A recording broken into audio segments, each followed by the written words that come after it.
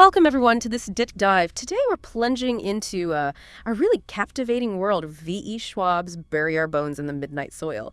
And it's more than just a book, isn't it? It feels like an experience that's really struck a chord with, both critics and readers. So our mission today is to try and unpack why. Why does this dark fairy tale feel so unforgettable? What makes its world, which is kind of chilling but also lyrical, stick with you? We've looked at quite a bit professional reviews, some literary analysis, and importantly, what actual readers are saying online. We want to give you a shortcut to understanding its impact. Okay, so getting into it, Bury Our Bones in the Midnight Soil. It's often called a requiem. Yeah. And that word, a piece for the dead, it really, it sets the tone perfectly. It's a story that gets deep into loss, into legacy, and, roots, both the ones in the ground and the metaphorical ones we bury. The setting alone is pretty remarkable. The small, forgotten town that seems to exist, like right on the border between the living and the dead. And the core idea is about these two lonely souls. One's alive, one's been gone a long time. And they're pulled together by this mysterious garden full of secrets, and a past that's just, too heavy to let go of. It hooks you right away, that premise. Yeah, it really does. And what's so compelling, I think, is how Schwab takes themes we might recognize, but gives them this really fresh, kind of raw edge. You might think of The Invisible Life of Addie LaRue for that introspection.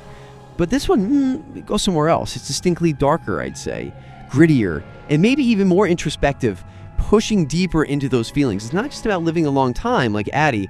It's more about the deep scars, the generational things that stick around long after people are gone. It really invites you into something more unsettling, more raw emotionally. And if you look at it from, say, a critical standpoint, Schwab's language here is, just breathtaking. People have called it poetic yet razor sharp, and you feel that. That precision is in every line. Now, Schwab's always been brilliant at crafting fantasy that hits you emotionally, right? But here she seems to lean much deeper into gothic horror and this real existential ache. You feel it. It's not a book you rush through. The pacing is very deliberate, almost forces you to sit in the silence between the sentences. She does this through plot, sure, but also just word choice, the rhythm of the sentences, the slow reveal. It lets the atmosphere just soak in. And the metaphors, they're not just there, they kind of bloom like ghostly flowers in a cursed garden, as one critic put it.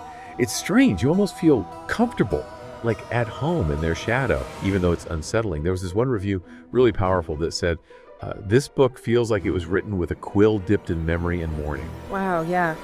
That quote really captures it, and it lines up perfectly with what we're seeing from readers, too. They're using phrases like emotionally ruinous in the best way, which sounds, odd. But I think if you read it, you get that feeling, that deep, almost cleansing ache. Cathartic, maybe. It seems to hit that same melancholic spot for people who loved, say, The Starless Sea, or maybe the quieter sadness in The Book Thief. It definitely leaves a mark. And speaking of marks, can we just talk about the physical book for a second? Because it's not just about the words inside, the actual object. The hardcover is stunning, right? Those embossed vines, the matte finish, the gold foil title. It feels like part of the whole experience, like an artifact. Absolutely. I think the physicality of it really adds to that sense of ritual, depth. It's not just, bookshelf candy, though it is beautiful. It feels like it's meant to be held, to be part of that slow, deep reading. It kind of signals the story's mood, that melancholy, that beauty, before you even open it. Yeah, it really does. And it feels like it connects with a certain kind of reader, too. We've noticed it gets a lot of love from nighttime readers, people who like that quiet intensity, also journal keepers, maybe because it sparks so much reflection. And obviously, big appeal for fans of magical realism and slow burn grief. It just hits that niche perfectly. Which brings us to something else quite unique about it, the prose itself.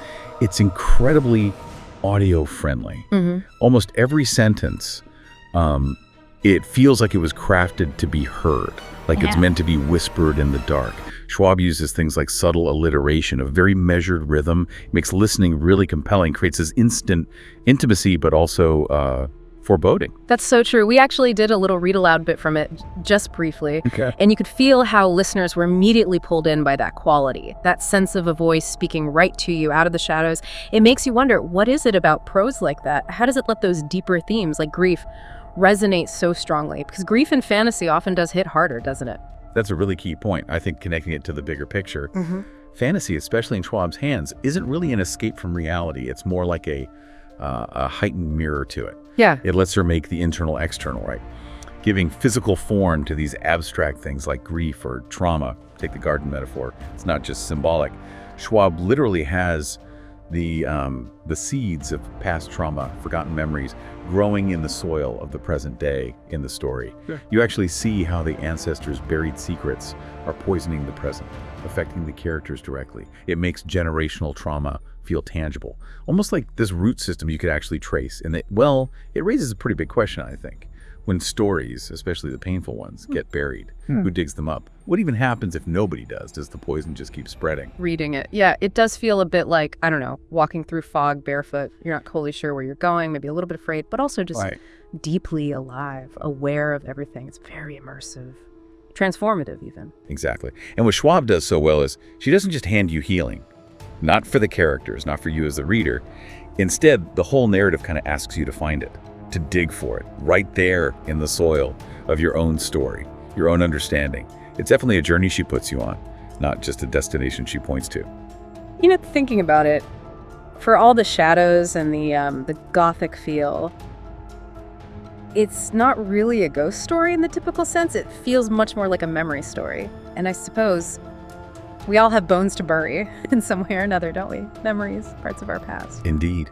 That's the feeling it leaves you with, I think. Thinking about the power of those stories that feel like memories, how they connect us, across time, across loss. Not just to the people who came before us, but maybe even to parts of ourselves we haven't acknowledged. Those are the stories that really stick, long after you finish the book. It's a powerful reminder, isn't it, that some stories, maybe like seeds, are meant to be planted deep inside us, to be remembered, not just forgotten. Makes you think, what part of your own past, your own story, might be waiting to be unearthed, to be remembered?